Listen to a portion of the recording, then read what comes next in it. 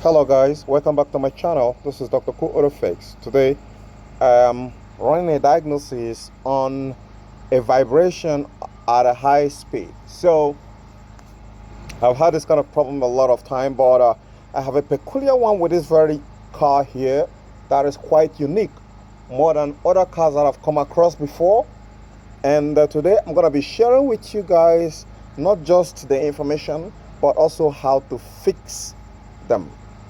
So I'm going to be providing you with information on exactly what I did to stop mine, and I'm certain that if you're having this problem, it's not going to bounce out of these two options, out of these options which I listed in this very video. So if you have a car that is vibrating or is wobbling, that is wobbling at a higher speed, or that is vibrating at higher speed, especially when you step your foot on the throttle, then you start feeling that vibration sensation, then this video is for you. After this video, you're not going to watch any other video again to solve that problem. Not wasting much of your time, let's get into it. Now, the first thing I'm going to be telling you here, there are two kinds of shafts in the automobile mobility right now. The two kinds of shaft.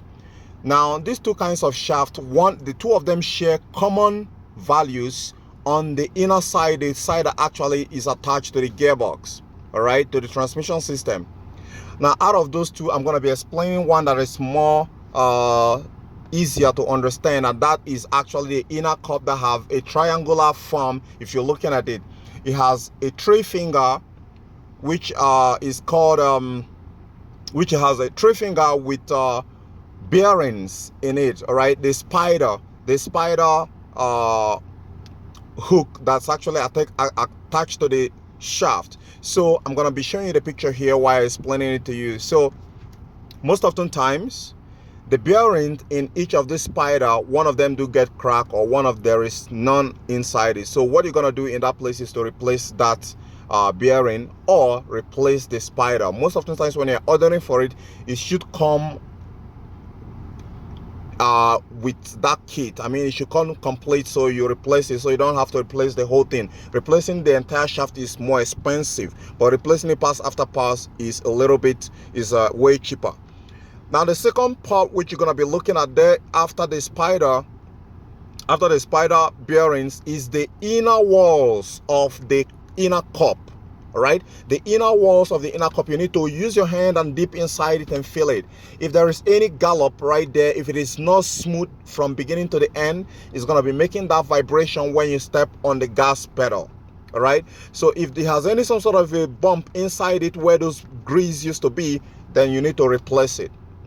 Then the third face on the same shaft is the shaft that's actually touching the area that's actually touching the bearings when you slot it in, not the tooth that actually connect to the gearbox. They have a shaft, the shaft where it's fitted into the bearing. So most often times you do get one and have a clearance right there. And when you have a clearance in that shaft area, which I'm talking about, that often looks shiny like the one you can see on this very picture here, then it's gonna make a vibration while you're driving. That is, technically speaking, the third phase, the three problems you're gonna be experiencing in that kind of shaft, in that inner cup drive shaft.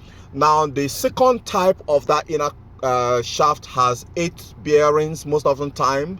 Some have 6 bearings, like the one you're seeing on the picture right now.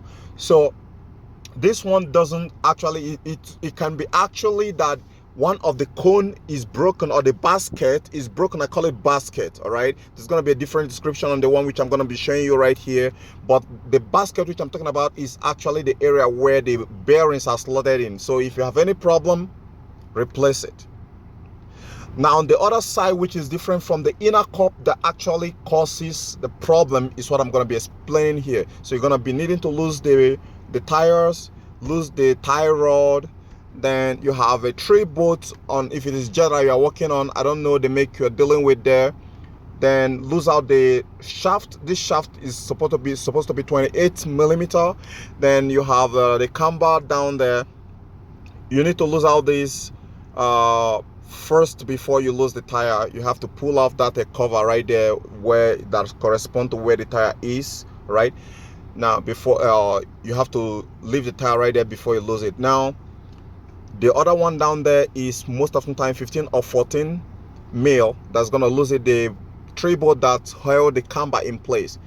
As for the tie rod, is actually 90 millimeter. Now you need to find a rod to actually push it down so it can jump off. You can see right now, so you can slack down, then use your hand and tip inside and pull out the shaft.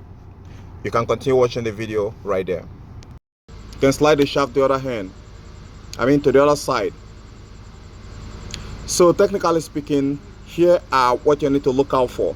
Now in this very case here, if you replace the inner CV shaft or inner cup and the problem still persisted, then you go ahead and follow me up on this one. I'm gonna stop talking so you watch and see what happens.